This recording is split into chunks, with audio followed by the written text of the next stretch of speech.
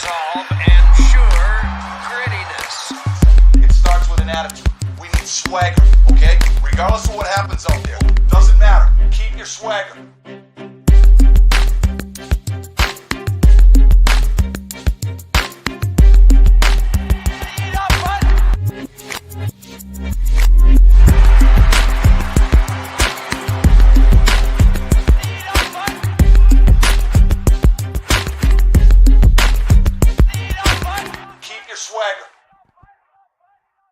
Hello, everybody. Welcome to the Five Hole Fantasy Hockey Podcast. We are your hosts today.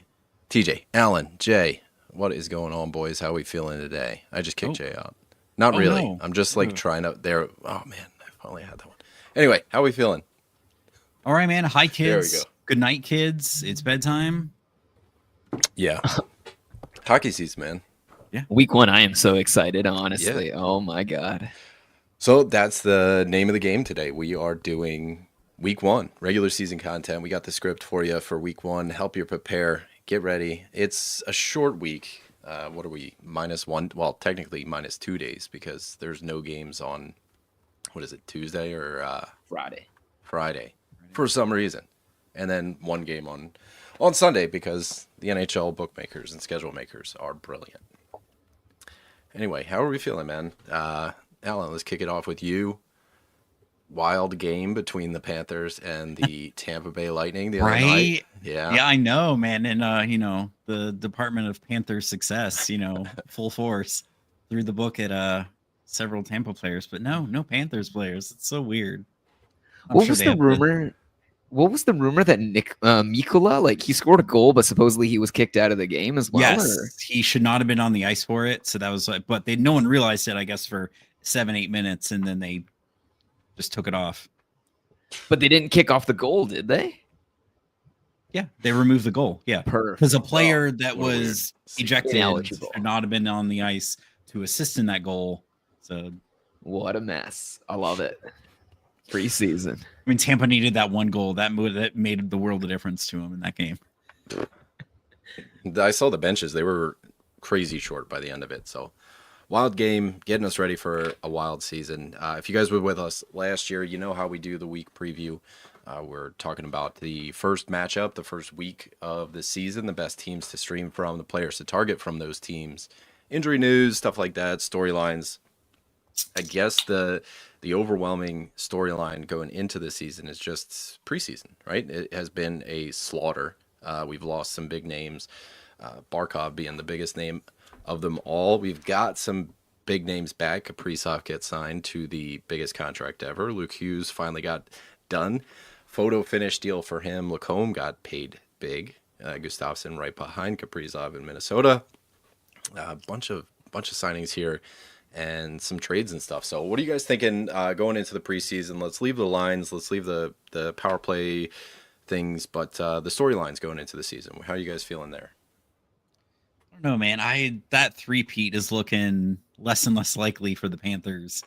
I mean, unless, I don't know. I guess they have to make a decision at some point if they're LTIRing Barkov for the whole season and they go big fish swimming or big fish hunting.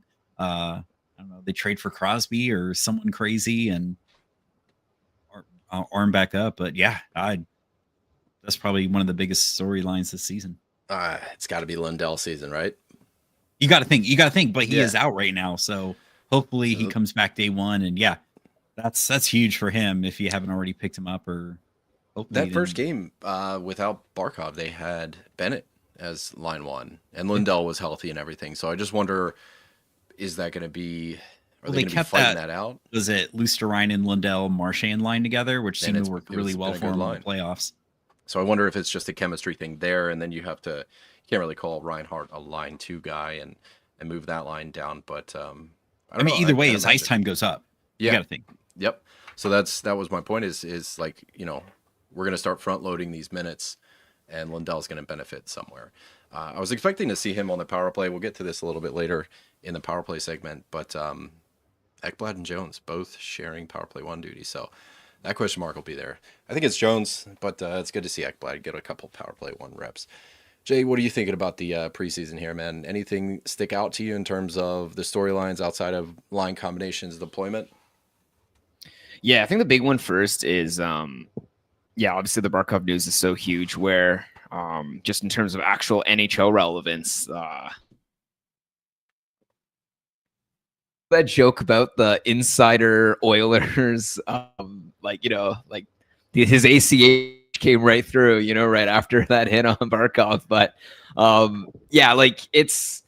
it's got to be the Oilers that went out real big from whatever happened down in Sunrise, right? Like I'd imagine that with right now I'm looking Trent Frederick, 169th in all drafts, but he's projected to get access to the top two big dogs down in down Oilers. We really right? want to like encourage that. people to chase that third Ty wheel on Ratty? that line. Ty Ratty, yeah. Ty Ratty, Pat 3.0, Maroon. 4.0 by now. And I mean, it's obviously there are sometimes the busts, but at the same time, that sort of access, I just can't help but think, obviously in Canada, so much news revolves around the Oilers and Connor and all that jazz and his contract situation. And all you can think of is just, if they win, he stays. If they can't, the world, like Bob's your uncle, who knows what could happen, right? So I think that news down in Sunrise, like the big barrier between him potentially leaving and potentially staying, that centerman going away, missing, pretty much even an Olympics year this year. Yeah, I think Edmonton is going to roar out the gate.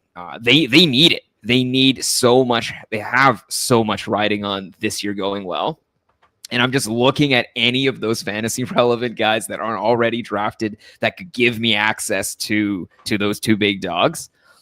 I mean, at the same time, too, I would say Connor Ingram, like, he's obviously there because they want to take a stab at somebody that can anchor the crease beyond the guys that have taken them to the finals twice. But, We'll see. We'll see Edmonton, there. If it happens, it won't be day one.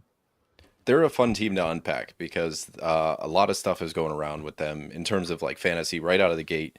And so I would have loved Trent Frederick to also be getting that power play one spot, but it looks like David Tomashek, is that right, with the SH or Tomasic? Yeah, I think so. Yeah, I'm betting on Tomashek.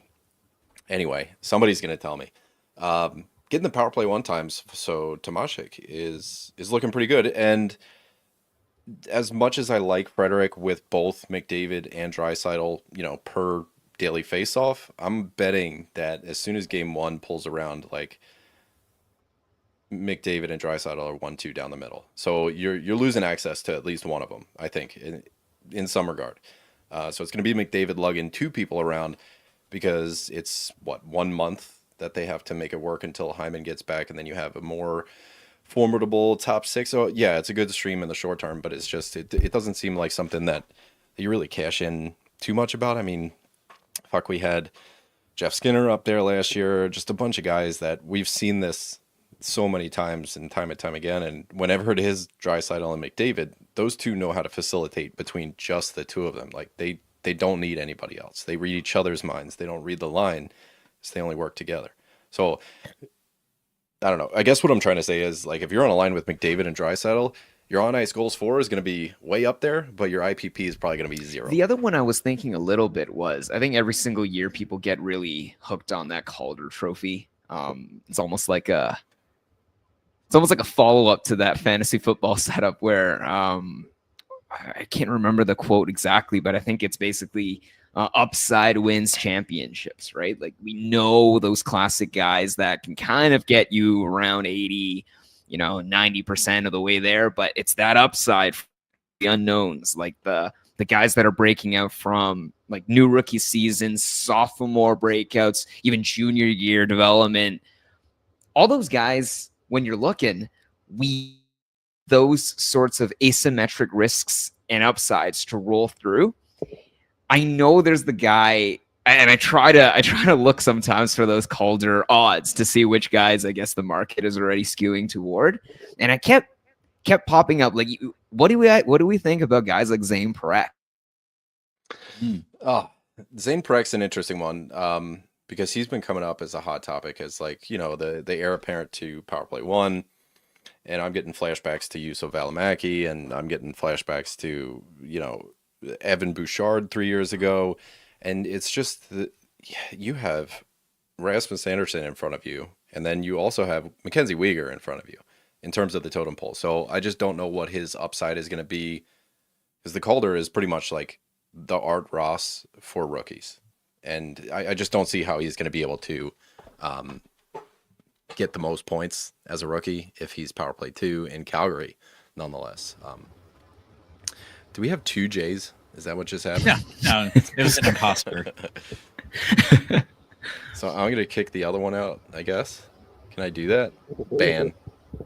Kick. All right.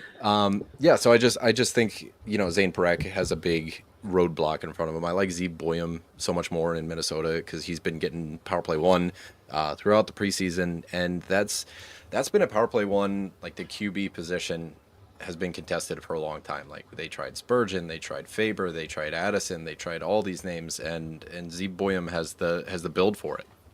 I thought maybe Carson Lambos would have the build for it, but he didn't pan out the way he did. So Boyum looks really neat, and I think that's a huge spot for him. So Boyum, I think I'd rank him ahead of Zane Parekh, easy, going early into the season. All right, we're getting into the weeds here. 12 minutes in. We got to talk some injuries just leading into the preseason. Stuart Skinner, day-to-day, looks like he was just sick.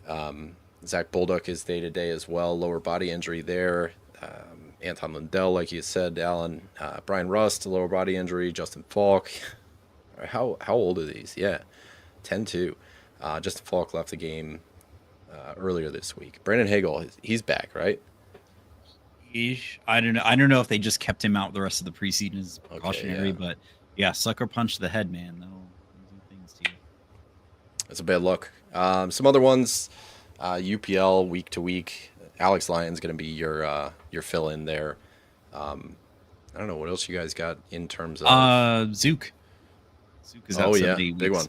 And then I think actually just got announced today, Cole Perfetti, week to week with an ankle injury. Yikes, he was power play 1 too. I had him queued up later to talk about, but yeah, that pretty much cancels that one out. Keep an eye on who gets that power play 1 spot in Winnipeg then.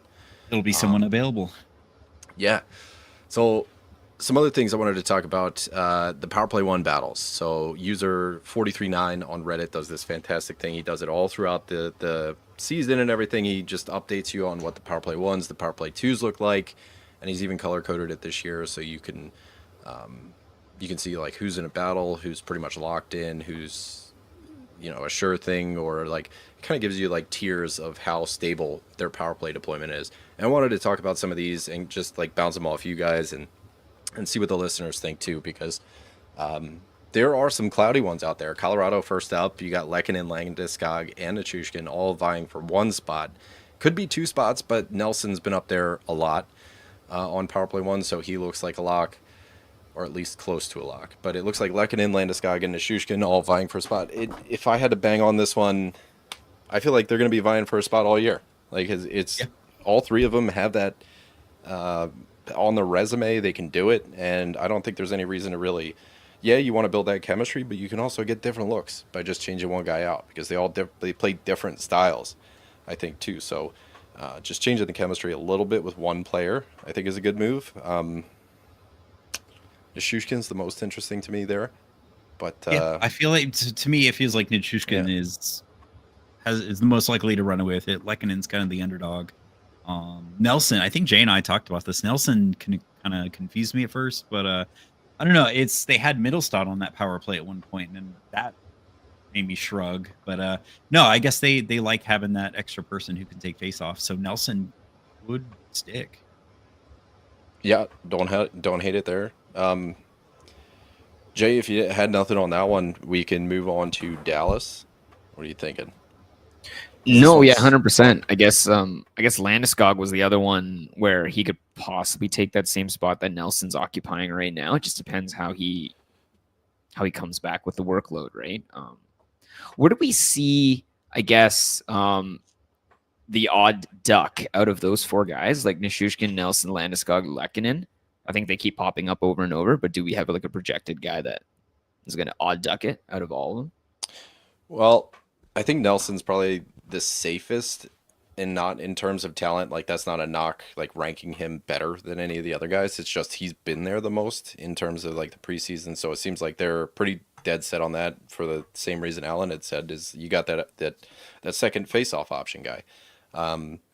Nishushkin, I think I would rank next, but then again, like these are all they play different styles. Like Landeskog is your net front guy. Like if you want to get gritty on the top power play unit, you need to go up against like a Darnell Nurse or something like on the PK. That's your Landeskog. And then you got Nishushkin who can pump it in from one of the sides and kind of like play net front as well. And Lekkonen's more of a facilitator. So I think what's going to happen is they're going to curate who's on that top power play based on their opponent for the week.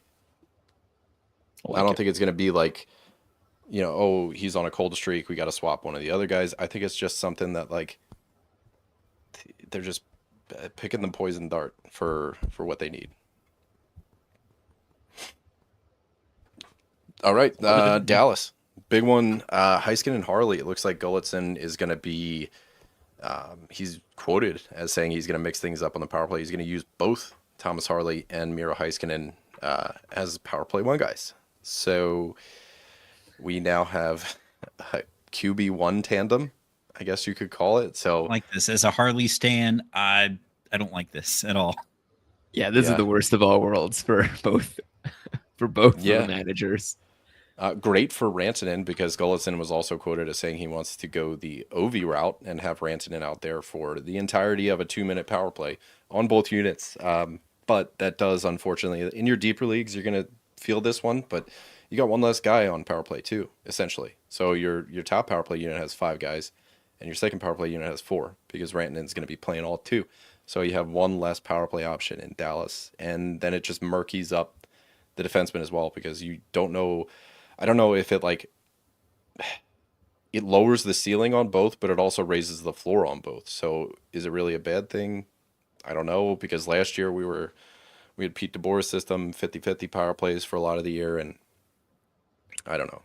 I think it's a net positive, but for Harley stands like yourself, Alan, this one probably stings a little. New Jersey Devils, you got something on it, Jay?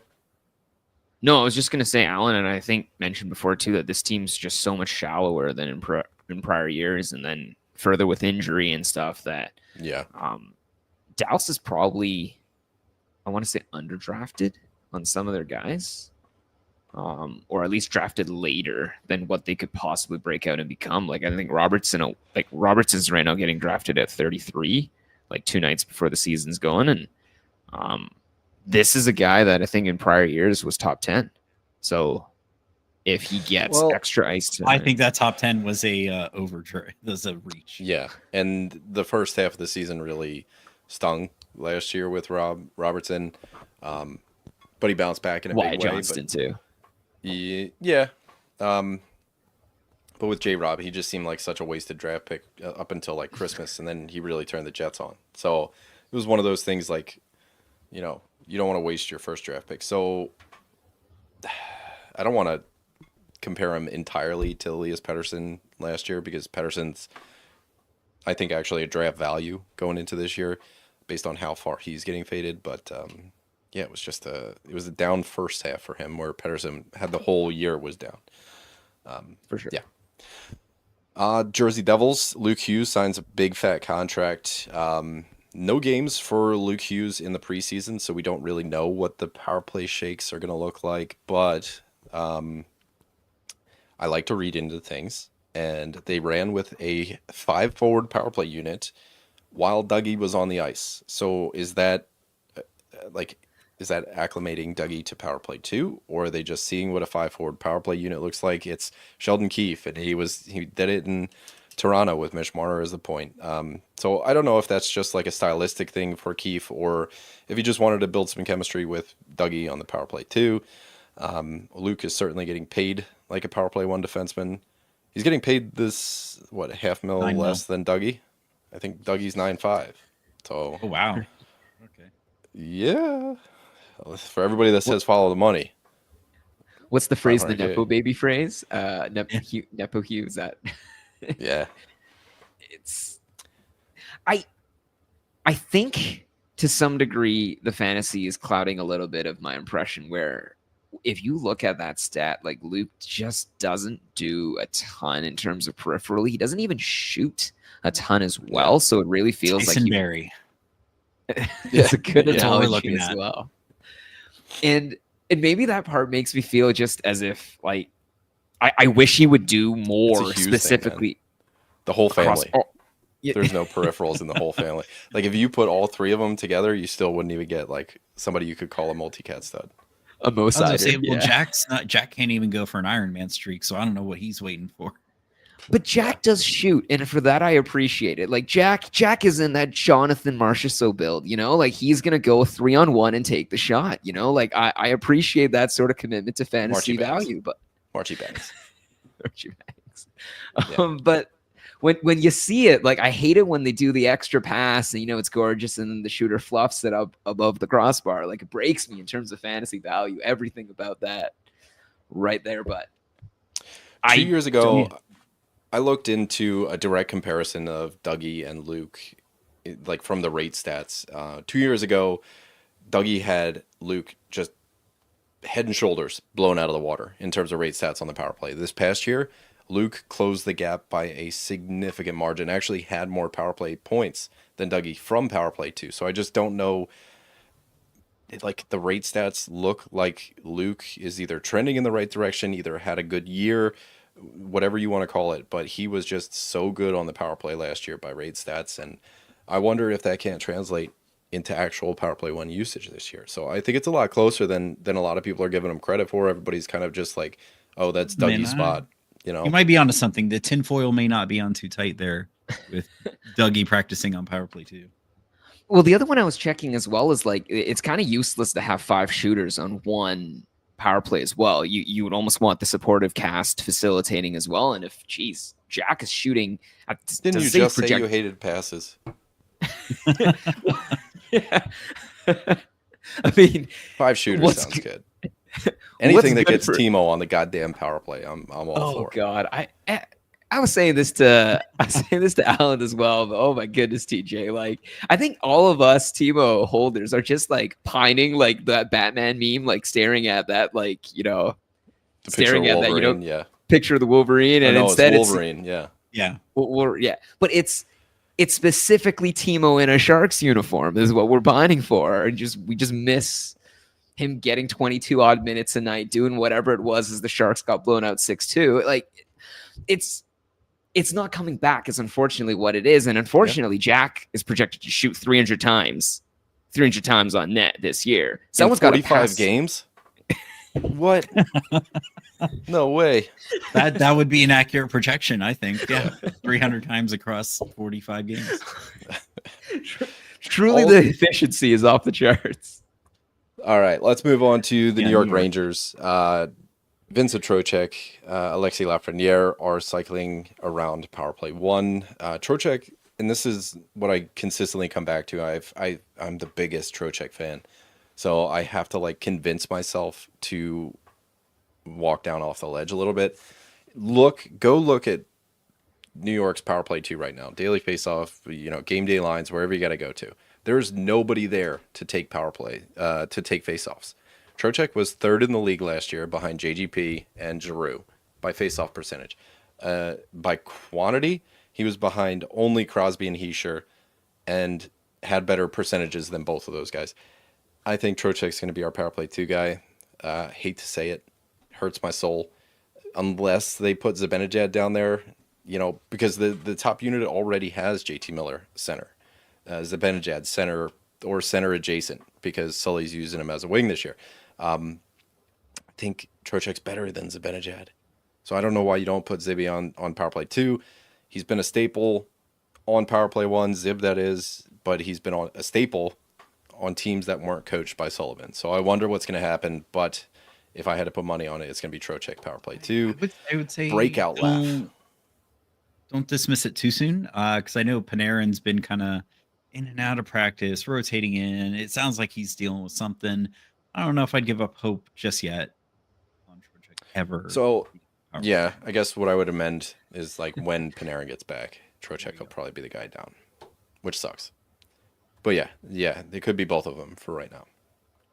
I guess for the Rangers, the real hope this year is the Lafreniere breakout, and I feel like I hear that every year. This is like Groundhog Day, man. But like, if he can take over and really solidify that sort of second line, and then also get power play one access, I think that'd be like that the Rangers could return to the top. I think he had close to 60 points from power play 2 that one year. I think it was 56 with like 4 power play points or something. You 60 or give him power play 60-ish. 1. Yeah, it was yeah. So give him power play 1 and we're looking at 75 plus. Like that's where I put my money. Yeah. Because I already know what he can do from a power play 2 and even strength standpoint. But if you get him on like a power play 1, Kreider's gone. So now there's a net front need. Yes. And Lafreniere can maybe be that guy. Or maybe they Trocheck move should the be that guy, Benajad. though. They have was- JT Miller, so I don't know. They have a gritty power play. Should have Trocheck up there though. That's They should have 3-8 with Trocheck the up there. Panthers. They fucking should. St. Louis, Jimmy Snuggerud is playing on power play 1. It looks like an evenly split power play. We're probably going to see 55-45. Everybody that's super stoked on Cam Fowler. I think people should be just as high on Justin Falk because their power play time on ice is not going to be that different by the end of the year. Tampa, Alan, you have to answer for this one. Yeah, Bjorkstrand over Hagel. What the fuck? Well, and that was kind of what I was leaning toward was going to happen. But I was like, why I understand if Hagel gets up there. And I think I'm more surprised that Gonsalves seems to be sticking on the right wing too. He's been But solid. it seems like yeah. they've been looking to rotate Gonsalves, Chafee, Bjorkstrand. I guess they want that to create that depth. And they're center depth is also a little iffy with I think Nick Paul's out till like November. But OBJ, I don't know. It just that seems like the natural option, especially when we traded for him to put him in that left He's a dot. trigger. He's a trigger. Utah has some interesting movement, but again, no clarity. Preseason, Logan Cooley, Barrett Hayton, JJ Paterka have all been getting power play one time. They've all been injured at different points. So it's not like, oh, Logan Cooley got it over Barrett Hayton and JJ Paterka or, vice versa, whatever, with 3 people. I don't know. But yeah, so it's hard to say which one it's going to be. It looks like Schmaltz is ticking up there. Obviously Clayton Keller, Dylan Gunther is up there, and Sergachev. But, they're cycling out with the rest of them. Washington, this one, there's a little bit of clouds around this one. And 43.9, again, just to pump his tires a little bit. He did a great write-up on Reddit. You guys should definitely check it out. For this Washington bit, he says, and I'll quote him right here, he says, last week I was pretty confident Chychrun would be on power play 1, and they would either have Dubois or Carlson in the 4th spot. And that seems incorrect now. On Monday, they had Dubois and Carlson without Chychrun on power play 1. And you may recall that Chychrun spent time on both power play 1 and power play 2 last year, finishing 25 with just a 53% power play share to Dubois' 48. I don't know what's going to happen here. What I do think is that Carlson is going to turn 36 and hasn't hit 60 points since 2022. End quote. And that's where I kind of want to jump in. Pass the torch, Carlson. Like, if you want Dubois up there, Chychrun's got that mold. And it's not even, that's a Carberry call. That's not Carlson. Like, he's probably not the type of guy that's like, yo, that's my spot. I'm almost 36 and I'm tired and I'm sitting down right now. I don't know how John Carlson is doing it. So I wouldn't mind being on power play too, So, let Chychrun run away with it. This one's going to be another one that's going to shake out how you want it to shake out. And another, like, Dubois is a face-off taker. So might not be the best of them, but you got to have somebody on power play too that's going to take face-offs. And right now, Connor McMichael's that guy. So The best Connor in the NHL. best Connor, Mick, for sure. Mick Magic. And I don't really have too much else. There's some interesting power play notes that I want to blow through here. Montreal Bolduc is power play 1. He's hurt right now, so we might see one of Demidov or Line up there to start. Anaheim, Cutter Gauthier, power play 2. Troy Terry, power play 1. CBJ, Boone Jenner, power play 1. Fantilli, power play 2. Again, probably a face-off thing. Minnesota, Tarasenko on power play 1. Do you guys think that's going to stick? I wonder if we should stop there and talk a little I think bit if about it. Zook comes back, So it's a placeholder? I think so. Yeah, well, I'm looking at it. Yeah. Come on, man. Look at Tarasenko's see like all his career history. No, he is not a fixture on Power Play One. And I wonder, so Daily Faceoff has Boldy, Erikssonek, Rossi, Kaprizov, and Boyum. And that's like, if I was putting it together in my mind, that's exactly how I would do it. So I just don't know how reliable that is. Do you think it's going to be? Yeah, like who's Rossi, spot? I guess, is the guy that's swapping in and out. And this is also Yeah, I was gonna preseason. Like I know they've done some funky even strength line combinations too in some of these games mid game. So yeah, I don't know if anything's too certain there until Zook gets back. Were they prepping in case Kaprizov didn't sign? Is that what's maybe. going on? We got to have a Russian on the top power play, I swear to God. All right.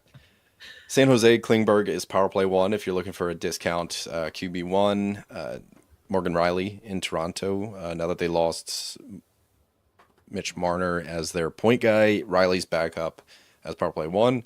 Really got faded in drafts. So hopefully that pays off. Vegas, Dorofiev and Stone have been splitting shifts on power play 1. It would be huge if Dorofiev can get that solid even strength time on ice and a top power play spot. And I'm at least last year he was tri eligible, which was fantastic. So I wonder if we can get that too.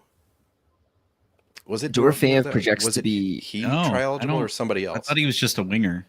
Who was the tri eligible guy then? It was one of those. And it was on guys. Vegas? Is it Barbashev Yeah. maybe? Barbashev. Oh, yes, Barbashev. okay. That's yeah. the guy. I Yeah. knew it was one of the Evs. Yeah. One of the Russians. It's kind of really rough with Dorofeev. I think we mentioned before too, Alan, where it was like he's the guy that is going to get switched away from being the guy that was triggered from a Jack Eichel pass to Jack Eichel now being the trigger man, Yeah. being fed from Marner. Jack right? Eichel, So the he's- scorer, not the facilitator. Yeah. So he's kind of the big loser, honestly, from Marner coming over, which is obviously not a Vegas loss overall. But I wonder if that means does he just lose I know, his yeah, spot? because Dorofiev and Stone. I mean, those are two different player types. Like Dorofiev shoots a ton, and Yes. Stone is more a playmaker. And I wonder if they can recreate almost like a Marner. Man, I don't know if there are any like Stone or Dorofeev stands out there. I apologize, but I was thinking, could they do kind of like a Marner to Eichel light on the PP2? You know what I mean, with Stone and Dorofeev. But I don't know if that's their goal either. Like their team looks on paper very stacked, I will say. Yeah, that It top is. 9 is insane. Winnipeg. So it looks like Gustav Nyquist is the beneficiary of the Perfetti injury. Velarde's up there as well. So that vacancy of Ehlers was originally Perfetti's, but it looks like Nyquist is getting that spot. Carolina, very interesting one here. Nikishin not listed on any power play, but had the most power play time on ice of any defenseman in preseason. Preseason is preseason, so don't read into it too much, but just to see him on 0 power plays whatsoever was interesting. So I wonder if he maybe takes double duty, he and Keandre Miller on power play 2. We'll see what happens there. Let's get into the tips of the week, and I think basically just me saying, we'll see what happens. We'll see what happens. We'll see what happens. That leads so perfectly into my tip of the week, and it's the tip for this season. Well, for the beginning of the season. Do not panic. Do not overreact. This is, I think, my tip for the first week every year. Don't panic. If one of your first couple draft picks doesn't get off to a red hot start, don't panic. If there's last year, who was it? It was Jonas Johansson was like the hot goalie. Don't panic. Don't overreact. Don't go dropping somebody just for week 1 hot goalie, unless of course you built your roster that way. Was it Morgan Frost that one year had like 2-3 goals in the first game, and then was like the most picked up player? Yep. Don't overreact. Don't panic. The first week is a data collecting week. We are getting clarity on preseason deployment. All these will sees, all these, question marks that are left with preseason deployment, preseason lines. A lot of it's getting mixed up just because they're giving rookies a shot to make their day, So the lines aren't really solid, anything close to that, because they want to see what they have in a few players. If there's open roster spots on teams, they're going to be looking at guys. Hey, can you make the team? What kind of impact can you run? So for me, this is a data gathering week. It's not like a streaming's arms race, especially in a shitty week like this where you have mega slates Thursday and Saturday with 14 and 16 games respectively. There's no games on Monday or Friday. It's not a good streaming week to start. You can get your guys, right? But also don't go flavor of the week chasing just yet. Just, start taking notes. That's where I'm at with this first week. Unless there's if there's some highly owned guys that are out there, like Trocheck is 48% owned, and if he winds up power play one, I could see in a shallow type of league where that guy can make a serious impact. Yeah, maybe you swap out your, I don't know, who's the last round draft pick, like Cole Perfetti, who's hurt right now. So I don't know. Data gathering, we're talking data, we're talking vibes this week. Okay, that's my tip. Oh, over to me. I guess I'm next. Yeah, Alan. Yeah, I'm gonna say, guys on new teams, you gotta be patient. Yeah. So back to don't panic. Typically, yeah, it's those first 10, 15 games can be rough if they're on a new team. So if Mitch Marner doesn't immediately put up like 4 points a night, don't panic. But also if you see that the Marner owner is panicking, you might be able to buy him for 90-95 cents on the dollar day one, and then kind of still right in line with that, just because someone you drafted isn't getting the deployment you were anticipating. Brandon Hagel for game one of the season. Don't panic. That deployment could be fluid in a week or two. So I think with new players on new teams, this could be said for new coaches, like new systems, getting used to it too. Jay, you're up, man. Oh, yeah. So many things, I guess, to round off.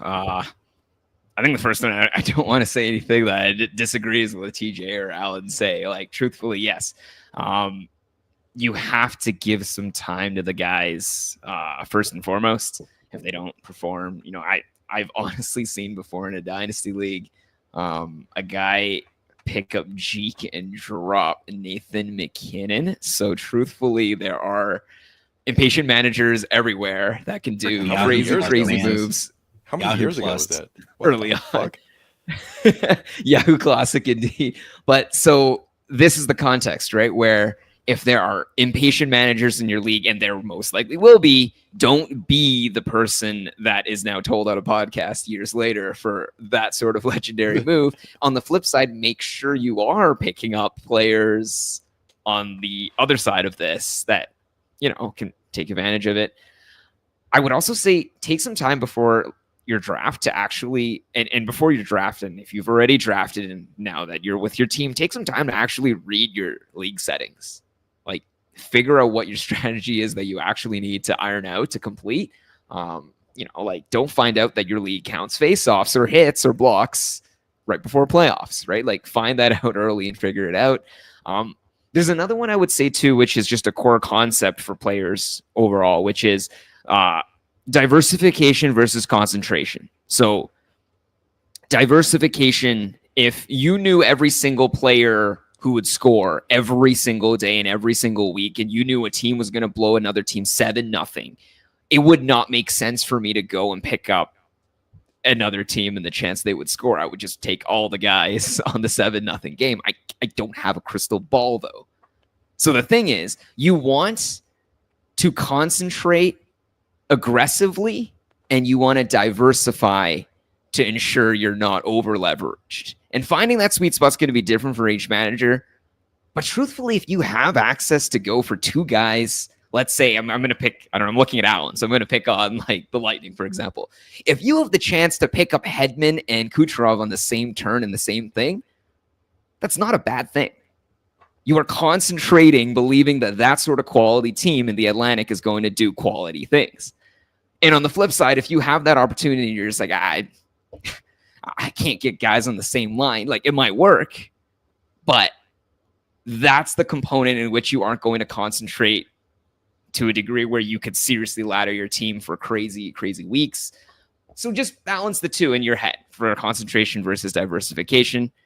And then I would say the last one is probably just build in and bake in, like, depending on your league, if it's like, let's say, an accessible with ads, bake in and build in some streaming spots into your league, into your team construction, because at the end, like what TJ said, right? Like, what is the guy at the very, very bottom of the draft? Like Cole Perfetti, like he's great on the day, Right. but you can probably, if you treated that last spot as a target streamer spot, you could probably yield more week to week value than just holding him indefinitely and being patient with him. So if you haven't drafted yet, I would highly suggest and consider that when you're hitting rounds of 15, 16, round 17, depending on how deep your draft is, just look ahead at that week 1 schedule. See which guys have a juicy schedule and see if you can just pick up a couple guys at the end to try to almost treat the last few rounds as extra waiver wire streamer options, as opposed to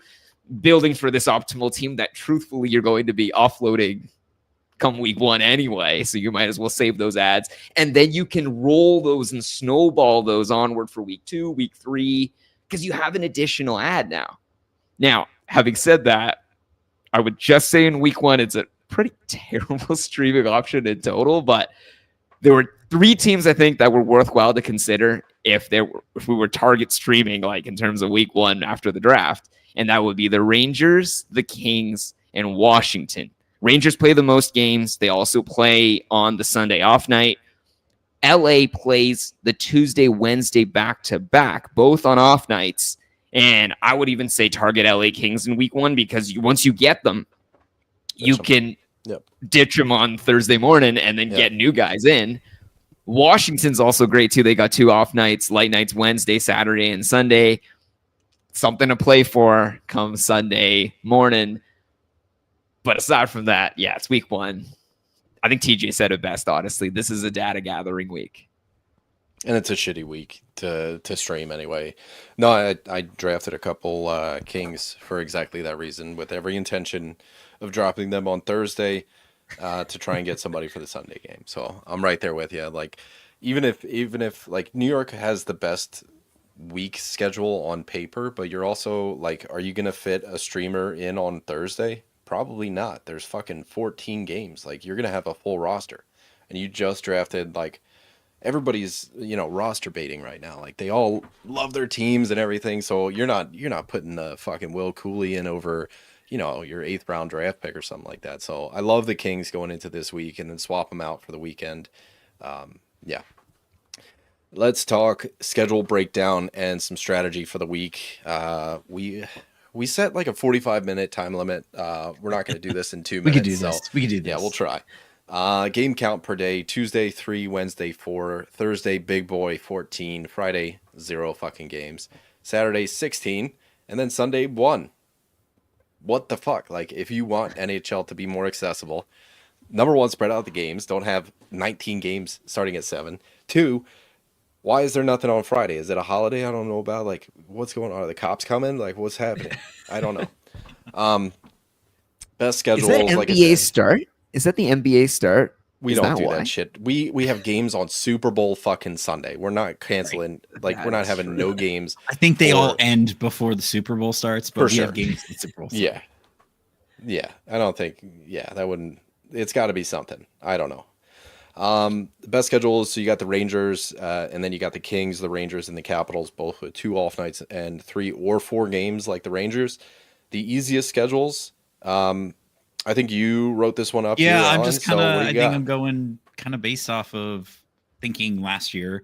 But maybe Boston. I have Boston and Florida with question marks. So Boston, 3 games, 1 off night. They're at Washington versus Chicago and versus Buffalo, which is why they're on there. And then Florida, they have a versus Chicago, versus Philly, versus Ottawa. They're all at home.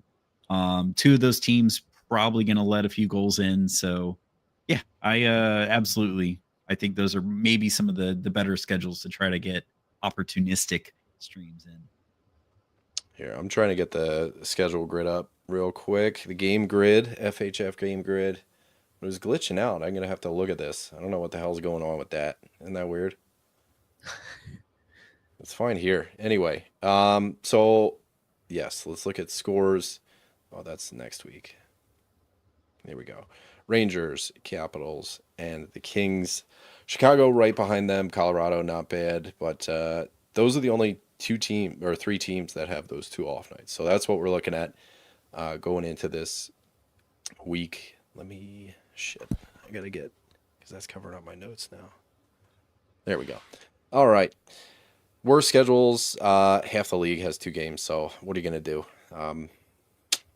Yep.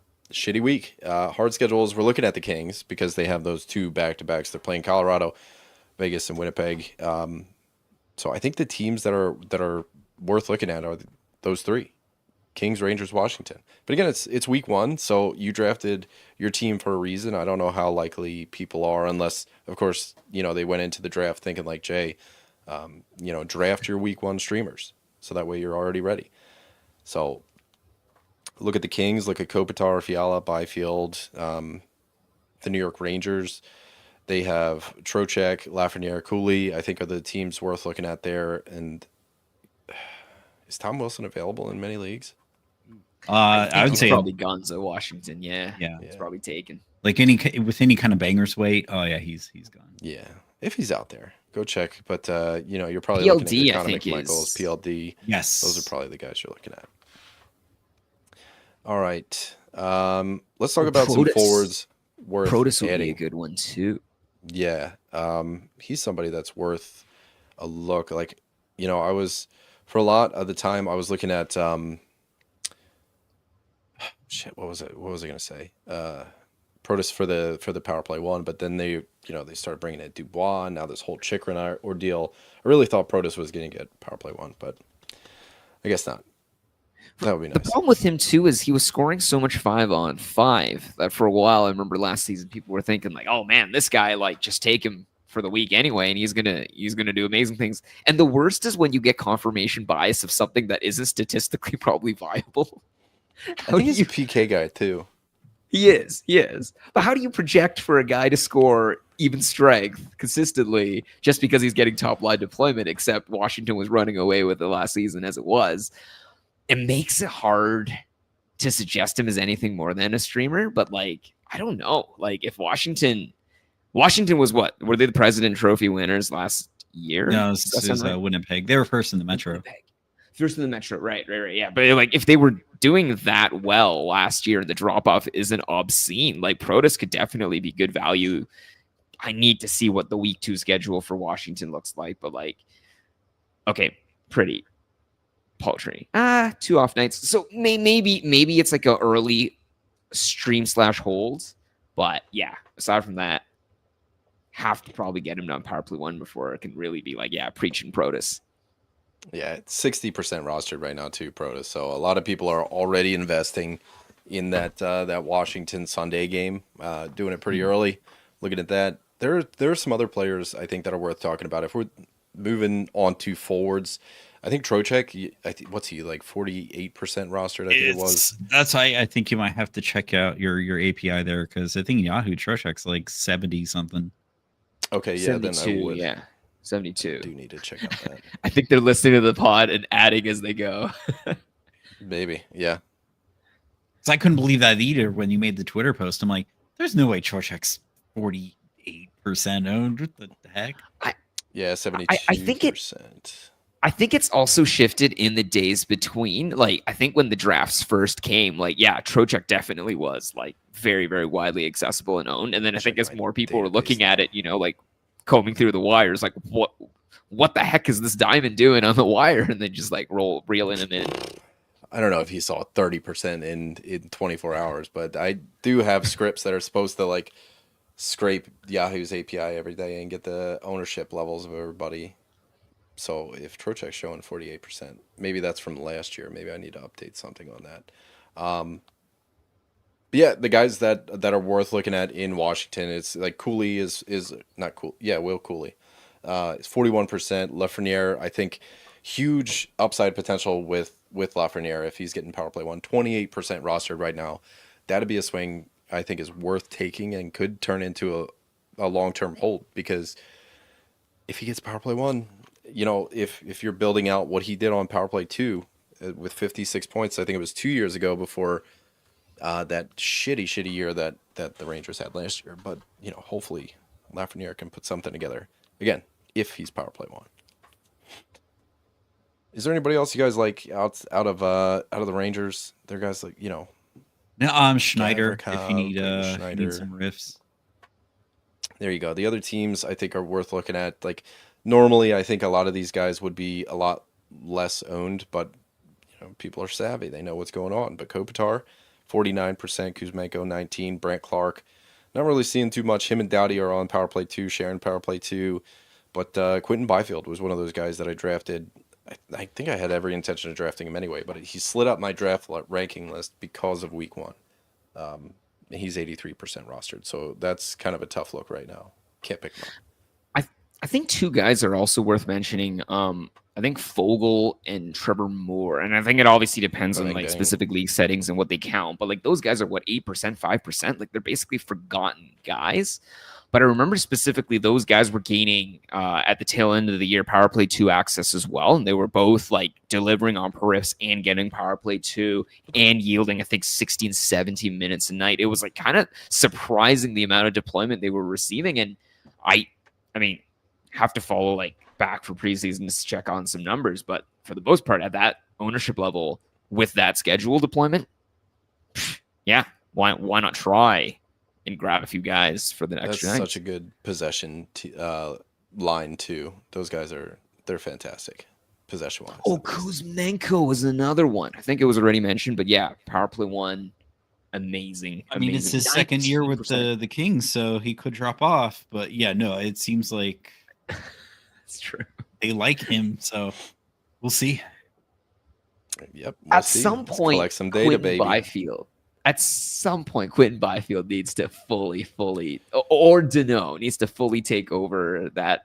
You know what? No, they'd probably just keep Danault. Well, I know he was the 1C for Montreal for a moment there, and he could do it, but the Kings wanted him as the shutdown center so that Kopitar could play the offensive minutes. So you got to think hopefully it's Byfield, but if it's not, then that's what a bust. Yeah, and it's also one too where wasn't Laferriere for a while like really raking in the time on power play 1. Like I mean, 14% draft now. I think they're pretty set in this 5-4 group that they have up there. But Laferriere is hurt right now, so I don't know. I would love to suggest him. I like that he bangs and everything, so he's somebody I always kind of look to. But yeah, so I figured it out with Trocheck. Sorry, I was doing the API shit over here. I still have it set to last year, which stupid. Is it pulling 72% now? No, I still have to fix it and push it, but at least I know what the issue is. So yeah, can't use the BPA table just yet, ladies and gentlemen. I wonder a bit on that Brant Clark one. Mainly that it also is another situation that feels like Groundhog Day, where it's like, yeah, it's rah, it's his year, and there's Drew Doughty again, just hanging out. Yeah, not happening. Doing his thing, vacuuming up 23 minutes a night. Some of the guys that I think are worth taking a swing at, Vegas has they have one off night, so if Dorofeyev is healthy, you can get him in for that Kings game on Wednesday. Otherwise, you can just keep an eye on him. But if he does have that power play 1, I think that's a runaway for a good season. So he's worth checking out. Some of the other ones, I think Lafreniere is somebody that could turn into a longer term hold with power play 1. Logan Cooley, same deal. Josh Norris and Jackson Lacombe is somebody I think he's not getting picked up, but got paid the big bucks, and also power play 1. It looks like Q's digging on him. He's pretty secure there. Sorry, I was just following up on the comment as well from Frank. 91% rostered. He's the highest. Yeah. So yeah. Did they have an extended preseason setup where Chychrun was the PP1 QB? No, it was an upside swing. In all of my leagues, Chychrun was drafted before Carlson, and I think a lot of people were thinking the same thing. Like the torch this year. For those that are listening and not on YouTube, Frank is asking, Chikrin was drafted in the 4th round and Carlson in the 9th. So he's just wondering what he's missing. And I think that was it. Is people were taking that upside swing. Carlson or Chikrin's got better peripherals as well, and I think a higher ceiling, especially given the age relative with Carlson. So it made sense on paper. Everything looked right, and the power play 1, power play 2 seesaw was kind of tilting towards Chikrin at the end of last year. So I don't think it was a bad swing. I still don't think it was a bad swing. He's going to be, if he's not getting power play 1, I think that's going to be one of our best buy lows to start the season. Agreed. All right. Defenseman? Defenseman, yeah. So, where are we at? Let's look at some of these top teams. So, we talked Braden Schneider. There's nobody really, I guess some of the Dumoulin's could give you some periphery out of LA, but Cody Cece, right? Does he plays for LA? Yeah. Does he do Oh, anything? I don't know. They get even Hellenius, he's not on the roster. Mikey Anderson. And I feel like bangs around a good Edmondson's amount. good for some Yeah. blocks, if anything. But the problem is their defensemen who do bang, they don't shoot. Mikey Anderson, 119 hits last year, 84 shots. Edmondson, 100 hits, 91 shots. It's just not a good spot for periphery. But if you're looking for something like that, see, yeah, I mean the rest of the teams that we're looking at, you're not really getting a banger D on a Thursday or a Saturday. I think I would go for that Braden Schneider. Will Cooley would be a great one because he bangs around. Good deployment. Connor in New Murphy York. still on the Blackhawks. Maybe. I think it was who just got waived. I think it was Dennis Gilbert. And I remember one year they were both fucking Connor Murphy. gods. Oh yeah, and then for those who didn't catch that, say Matt Grzelcyk, 1-year deal with the Blackhawks. He Probably he not was looking fantasy pretty good. relevant, but- I saw a nifty little pass he made the other day. So yeah, I wonder if that puts Rinzel in any jeopardy of that power play 1 spot, because Grizz, he had his Boston time, he had a little bit in Pittsburgh too. So Yeah, Yeah. Connor Murphy's still on the Blackhawks. You need some hits. all right, this is a weird week to try to rock 0G. Not a ton of back-to-backs. It looks like LA's got one, and then you got Boston, Calgary, Montreal. So there's opportunities to be had there. And one thing that I would say is if your goalies that you drafted should be playing on nights that 14 and 16 games are being played. So if you need those 3 goalie starts, you're going to have to look to the light days. And back-to-backs, New York and Washington both have them Saturday, Sunday. So you could look at somebody like a Lindgren out of Washington, or even Jonathan Quick, right? Yeah. God. Still My there. brain is shut all the way down right now. Sorry. Oh no! Again, preseason. This is the part of the season where we're like, oh yeah, that guy plays on that team now. We'll get the hang of it. Yeah. I just couldn't remember if he got signed there, or if he was still I think there. he is a 1 more year thing. The other question I was gonna, I guess, bring it back to too is Frank mentions thoughts on Klingberg power play 1 with San Jose, and I am looking at that lineup at the moment, and So I don't he's know. also been dealing with some kind of injury, so that lineup may not reflect him on power play 1. But until he went down, it looked like that's where they had him. And I guess Sam Dickinson has been subbing in, maybe. And I feel like the Klingberg contract is like this is like a, hey, sign for a mill, get traded This at is the deadline. What everybody's doing with 2% retained. Klingberg lately is they throw him on power play 1, they pad his stats, or at least try to, because I think Anaheim had done that and wasn't able to Flip him make it for some happen. depth. Yeah, and just try and make him look really valuable, and then sell him at the deadline. So I think they're going to put him on display. That's the reason they got him, is so that they could turn him into assets at the deadline. So up until February, March, whatever, he's going to be I'm not saying he's going to be a top 10 D, but he's going to get some power play points. I think a half point per game could be something we could like realistically hope for. But I really don't think anybody's going to be. It's not going to be a like Black Friday at the entrance of Costco rush to go get Klingberg or anything. You should be able to like, you know, Pick him up grab after him. the draft. Yeah, at your leisure. 4% ownership for Yeah. any listeners. You got it. You're going to be okay. You're going to. It's not going to be like Jake Wallman where you're going to pick him up and be like, oh my God, I got to hold this guy all season. Yeah, you could probably even get rid of him a little bit. So, yeah, it's just some other think- guys with power play one upside. I think people were undervaluing Chris Letang at the draft. 30% rostered even now, and serious upside for power play one. I feel like I he think gives he's you some splitting it. decent periffs. Yeah, and he bangs around a little bit too. But is he so. listed for power play 2 right now? Is that why? The past 2-3 seasons with Carlson there, they just kind of go back and forth. So Right. you just kind of ride out sure. the highs and lows on him. Yeah. And again, like if it was Letang or Klingberg, I think I would go Letang. You know, I think I would probably even Yeah, take for an sure. upside swing on Z Boyum before I would take a swing on Klingberg.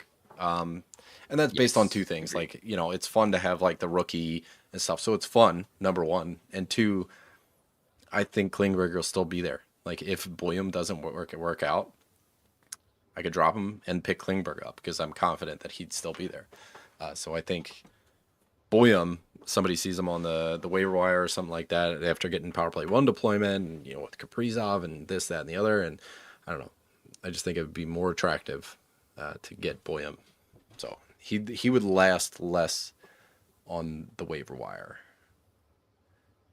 Yeah, I'll go with that. Agreed. Again, my sure, for brain sure. is totally off. So yeah, look at guys. I think Freddie Anderson, like Kochekov, was back on the ice today, so Anderson might not be as secure in his G1 spot. I think, you know, Kochekov is going to be splitting a little bit. Stuart Skinner is hurt right now, so we might get a look at Connor Ingram, which could be fun because I don't think it's between Calvin Pickard and Connor Ingram. I think it's between Stu Skinner and Connor Ingram. Well, I think it's the thing is they don't want to lose Pickard to waivers. Mm. Because surely someone Okay. would claim like a journeyman backup like that. Yes, I think it's Ingram unless Skinner just really craps think- himself. I think Ingram's got it. Like I think he's got the dog. So I think Ingram could be the next one. I mean, he's in the minors right now, so they'd have Yeah. to call him up first. One thing I was, I guess, positing forward as well, given this year it's categories league that we're running. Do you think in cats leagues where obviously, you know, we're focused on like ratios, percentages, all those things, when we discuss tandems, do you think there's value to locking up a team? No. Because even if you get both of them, like you always have one on the bench, no matter what. And then what if it's a week where that team has 2 games? Or one For game? sure, for sure. You would be Well, opening then- yourself up to a third you have- goalie, obviously, but You have 2 roster spots and you're getting 2 games out of 2 spots. You know what I mean? So like no matter what happens, you're always using 2 roster spots and you max out at 1 game per night. No the matter one what. season I was imagining, like this is seasons back, but it was that crazy Boston tandem where it might have worked, but maybe What, aside from that, Halak and No, what was it? Hudobin? Olmark and Swayman. Olmark Swayman, okay. yeah. They've Olmark Swayman. had good tandems for a while because I think even Hudobin and Halak was a pretty good one. yes. Am I thinking the right yes. one? Like I remember both Oh of my them. gosh. Were I fucking think good. they were both on that team at one, but maybe not at the same different time. times. Yeah, but Yeah. I think they were both with Tuukka Rask. Like if you got both of them, you know, Your you were team looking was pretty golden good. for. But And you I'm know, wondering, in the same way, is Freddie and Kochekov like, you know, they're both, everyone fades them because Yeah. they're so, you know, but in that same system, you know, like we would really see like probably 5 shutouts a year across I the 2 of wouldn't them. hold both. I mean, even though it's almost guaranteed Freddie will get injured, yeah, and then you just have That is Kochekov true. playing all the games. I just no. I That is true. don't hold tandems, people. Friends still not Yeah. friends. Hold tandems. yeah, I'm with you on that one. All right, so just guys that are worth thinking about dropping if you picked up Brock Faber or Mike Matheson. Neither of them look good on the power play in terms of deployment, and they could be potential stashes. So, do you guys want to do streamer picks of the week? We Yeah, can. sure. Yeah, Yeah. let's do it. Let's All do right, it. Alan, you are on top of the screen, so you're going to get first pick. Nice. I'm going Will Cooley. Perfect, because I'll go Alexi Lafreniere. Okay. Oh god damn it. Oh my goodness. The PLD, Jay. Come on. Well, I guess Kuzmenko, It's- I'm open to God he does something. it is 1.5 points per off night. So you'll get those you get that action Monday, Tuesday, or Tuesday, Wednesday rather. We'll get it, I guess we're really leaning Yeah, hard in too, that too. King's schedule, DJ. I just Yeah. don't like their You matchups. gotta hope for the power play. You gotta Oh, hope yeah. for some power play action. That's all Kuzma. If they get shut out both pimping nights, game. that's brutal. All right, ladies and gents, that's it for the script of week 1. Tuesday trends, we don't have any data to do Tuesday trends. So maybe I'll do like an advanced stats primer, like is the custom for the first Tuesday trends of the season. But if not, we will see you guys. You guys will see them for the weekend Yeah. preview. And I'll try to wrangle up Raj and Zach. Man, should we blow up Zach's spot? Because like he's had so many opportunities to like talk about his new job. Zach got I a don't job know, with an NHL team, and Love. we're stoked for him. But that's also the reason that he's not here. So, congrats, buddy, and we'll let you. I need to give him because he's not going to take his own flowers. I got to give him his flowers somewhere. So, anyway, and we'll see what Raj is up to for the weekend, for the week preview next week. But thank you, boys, for joining the week preview, the script this week. To the listeners, we love you guys, and we'll see you next week. If you guys have anything to say, go for it while I clumsily get the outro music here. Beautiful. All right, so you guys can find us on Twitter at FHF Hockey or hop in the Fantasy Hockey Discord. Yeah, we love you guys. We'll see you next time. Love yous. Bye. We'll pick you up later.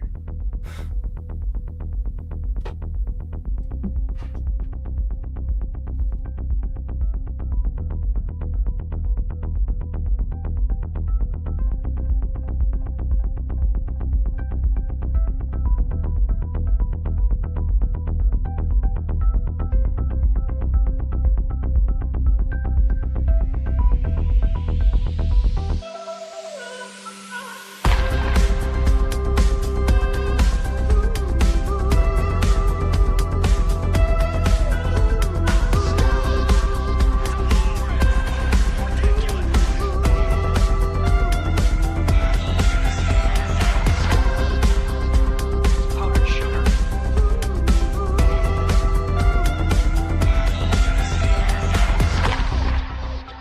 Adios, turd nuggets.